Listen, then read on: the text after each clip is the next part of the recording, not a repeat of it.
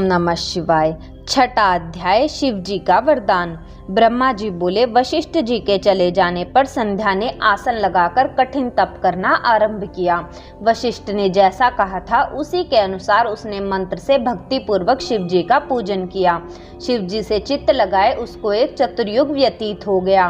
तब शिव जी ने आकाश में स्थिर होकर उसे अपना प्रत्यक्ष दर्शन दिया तो संध्या ने मुग्ध होकर आश्चर्य से नेत्र बंद कर लिए। शिव जी ने उसके हृदय में प्रवेश कर उसे ज्ञान और दिव्य वाणी तथा दिव्य नेत्र दिए। तब वह प्रसन्न हो शिव जी की स्तुति करने लगी। उसकी स्तुति सुनकर भक्त वत्सल शिव जी प्रसन्न होकर बोले, हे भद्रे, तुम्हारे उस तप और स्तुति से मैं अति प्रसन्न हूँ। जो चाहे वही वर मांग लो। तब महेश को बार बार प्रणाम कर प्रसन्न हो संध्या बोली, हे भगवान, यदि आप मुझे वर के योग्य समझते हैं और यदि मैं अपने पूर्व पापों से शुद्ध हो गई हूँ तो महेश्वर, हे देवेश, आप मुझे यही वरदान दीजिए कि इस संसार में प्राणी उत्पन्न होते ही तुरंत कामी न हो जाए। और दूसरा वरदान यह दीजिए कि यदि मैं तीनों लोकों में विख्यात और व्रत वाली हूँ तो मेरे समान दूसरी ना होए। यदि मेरी फिर सृष्टि होवे तो वही कामी होकर ना गिरे। और हे नाथ, जो मेरा पति होए वह अति कामी न होकर मित्र के समान हो तथा मुझे जो काम भाव से देखे वह नष्ट अथवा नपुंसक हो जाए। तब शिव जी ने एवं अस्तु कहकर संध्या से कहा, हे भद्रे, अब से मैं मनुष्य की 4 आयु किए देता हूँ, शैशव, कुमार, यौवन और वृद्ध। जब प्राणी तीसरी अवस्था यौवनावस्था को प्राप्त हो तब कामी हो और किसी दूसरी अवस्था के अंत में सकाम न हो। हे संध्या, तेरे तप से मैंने यह मर्यादा जगत में स्थापित की।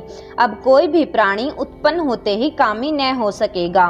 साथ ही तू इस त्रिलोकी में ऐसी सती भाव को प्राप्त होगी जैसी कोई अन्य ना होगी।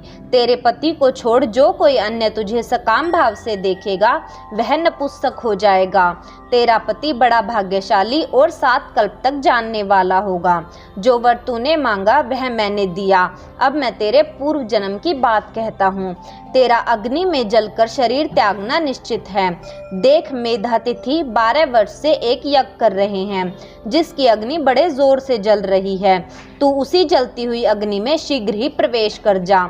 इसी पर्वत के नीचे चंद्रभागा नदी के तट पर तपस्वियों का आश्रम है जिसमें मेधातिथि के यज्ञ में प्रवेश कर तू उसकी पुत्री होगी।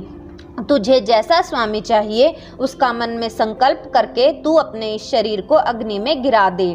जब तू 4 युग के पश्चात सतयुग व्यतीत होने पर पुनः घोर तप करेगी तब त्रेता के प्रथम भाग में दक्ष की कन्या होकर यथा योग्य ब्याही जाएगी। तेरे और भी बहुत से बहनें होंगी जिनमें से तेरे पिता दक्ष 27 कन्या तो चंद्रमा को देंगे, किंतु चंद्रमा उन सब छोड़ केवल रोहिणी से बहुत प्रसन्न रहा करेंगे। इससे क्रोधित हो तेरे पिता दक्ष चंद्रमा को शाप दे देंगे और समस्त देवता तेरी शरण में आएंगे। ऐसा कहकर शंकर जी अंतर्ध्यान हो गए। अगर आपको हमारी वीडियो अच्छी लगी तो इसे लाइक करें, शेयर करें और पूरी शिव पुराण पाठ के लिए चैनल को सब्सक्राइब करके प्लेलिस्ट ज़रूर चेक करें। धन्यवाद। हर हर महादेव।